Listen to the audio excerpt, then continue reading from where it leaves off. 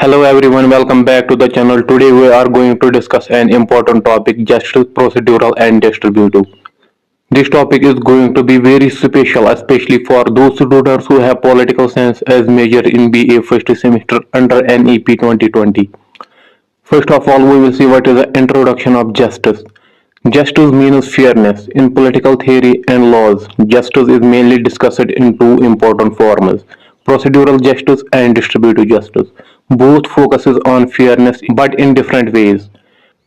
Justice का मतलब होता है इंसाफ इंसाफ मीन लोगों के साथ ट्रीट करना राइटियस वे में एंड रीजनेबल वे में इसी को हम कहते हैं justice political theory and laws justice के कंसेप्ट को मेनली डिस्कस करते हैं दो फॉर्म्स में procedural justice and distributive justice but ये दोनों ही फॉर्म्स फोकस रखते हैं फेयरनेस पर लेकिन अपने अपने तरीकों से डिफरेंट तरीकों से ये है बेसिक डेफिनेशन ऑफ जस्टिस अब हम देखेंगे procedural justice fairness of process procedural justice focus करता है कि डिसीजंस कैसे लिए जाते हैं यानी कि जो डिसीजंस लेने में प्रोसेस लगती है वो प्रोसेस क्या है अगर प्रोसेस फेयर है तो हम कहेंगे डिसीजन फेयर है ये इंपॉर्टेंस नहीं देते हैं कि फाइनल रिजल्ट क्या आता है ये चाहते हैं कि प्रोसेस फेयर होनी चाहिए प्रोसीड्यूरल जस्टिस का की आइडिया क्या है इनका मानना है अगर प्रोसीजर फेयर है जो आउटकम्स आएंगे वो लेजिटिमेट माने जाएंगे लेजिटिमेट मीन जो लोग एक्सेप्ट करेंगे जो राइटियस होगे ट्रुथ होगे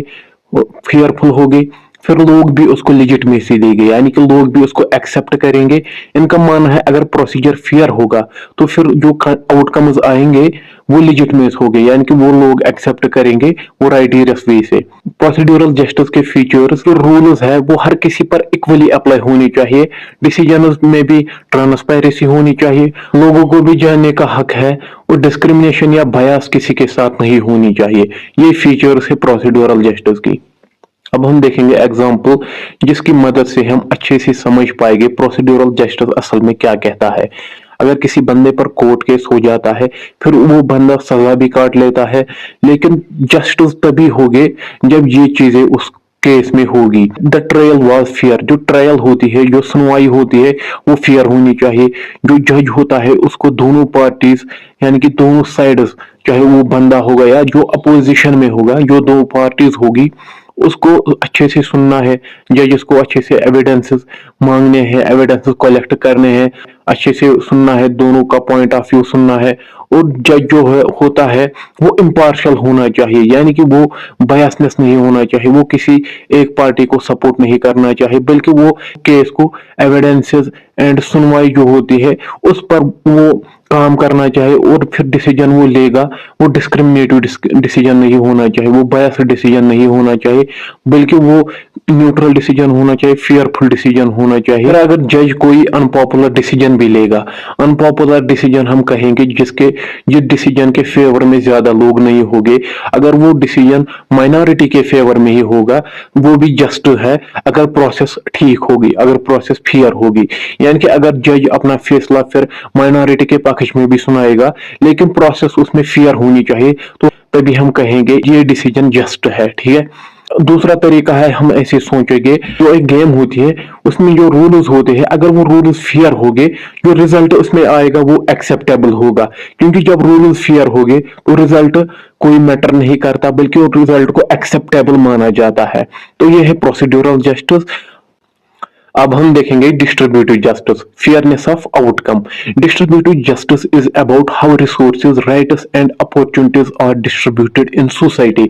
डिस्ट्रीब्यूटिव जस्टिस फोकस करता है resources resources means wealth money land या कोई भी रिसोर्सेज जो एक इंडिविजुअल होल्ड करता है चाहे राइट्स हो राइट्स में आता है पॉलिटिकल राइट्स चाहे फ्रीडम ऑफ स्पीच या कोई भी कॉन्स्टिट्यूशनल राइट फंडामेंटल राइट्स है या कोई अपॉर्चुनिटीज मीनिंग जॉब्स या पोजीशंस ऐसे डिस्ट्रीब्यूट हुई पड़ी है सोसाइटी में डिस्ट्रीब्यूटिव जस्टिस इसी पर फोकस करता है डिस्ट्रीब्यूटिव जस्टिस में की क्वेश्चन रेज होता है किसको क्या मिलेगा और क्यों मिलेगा या किसको क्या मिला है और क्यों मिला है डिस्ट्रीब्यूटिव जस्टिस फोकस करता है distribution of wealth distribution of education distribution of health care distribution of power and opportunities ये सब चीजें कैसे डिस्ट्रीब्यूट होगी उसके लिए ये प्रिंसिपल देते हैं तीन प्रिंसिपल्स देते हैं equality merit and need. Equality में ये कहते हैं हर किसी को सेम मिलना चाहिए, everyone gets the same. Merit में ये कहते हैं जिसके पास ज्यादा टैलेंट होता है, जो ज्यादा एफर्ट्स करता है, उसी के हिसाब से एक बंदा अपने लिए कमाएगा। जो ज्यादा मेहनत करेगा या जिसके पास ज्यादा टैलेंट होगा वो ज्यादा ही आगे बढ़ेगा। थर्ड ये कहते हैं need, more to those who needs more. इनका मानना है जिसको ज्यादा जरूरत है उसको ज्यादा देना चाहिए।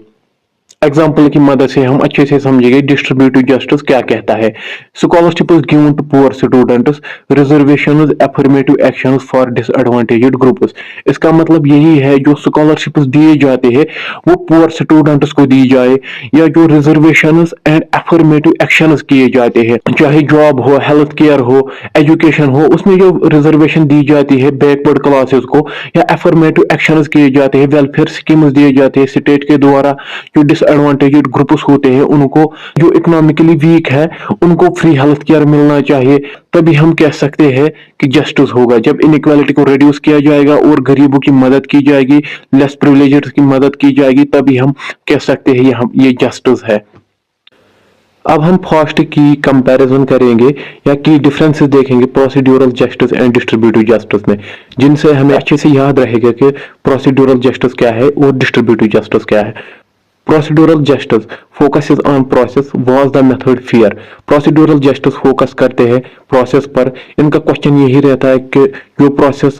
है वो फेयर है कि नहीं, जो मेथड यूज की गई है वो फेयर है कि नहीं। इनका मानना है हर किसी के लिए रूल्स इक्वल है। डिस्ट्रीब्यूटिव जस्टिस की अगर हम बात करेंगे, ये फोकस करते हैं आउटकम्स पर, रिजल्ट्स पर। इनका क्वेश्चन रहता है क्या रिजल्ट फेयर है, क्या आउटकम्स ठीक है, कोई भी रिसोर्स जो इंसान होल्ड करता है क्या वो सही तरीके में होल्ड करता है, हर एक इंसान के पास क्या फेयर रिसोर्सेज है। वो यही चाहते हैं कि इसके लिए फेयर शेयरिंग ऑफ रिसोर्सेज होनी चाहिए।